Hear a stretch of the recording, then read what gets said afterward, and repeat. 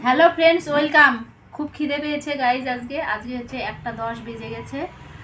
তো আজকে আমাদের কি রান্না বান্না হয়েছে, কি দিয়ে খেতে বসেছি তোমাদের সঙ্গে একটু শেয়ার করছি।